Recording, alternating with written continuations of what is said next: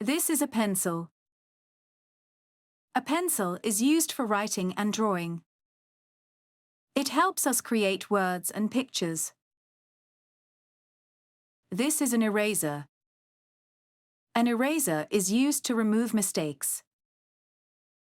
If you make a mistake while writing or drawing, you can use the eraser to fix it. This is a notebook.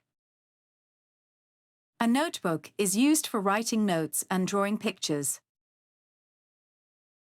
It helps us keep our thoughts organized. This is a ruler. A ruler is used to measure and draw straight lines. It helps us make precise measurements. This is a sharpener. A sharpener is used to sharpen pencils. It helps keep pencils ready for writing and drawing. This is glue. Glue is used to stick things together. It helps us make crafts and fix items. These are scissors. Scissors are used to cut paper and other materials. They help us create shapes and designs.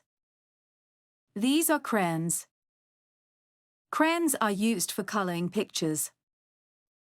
They come in many colors and make our drawings vibrant.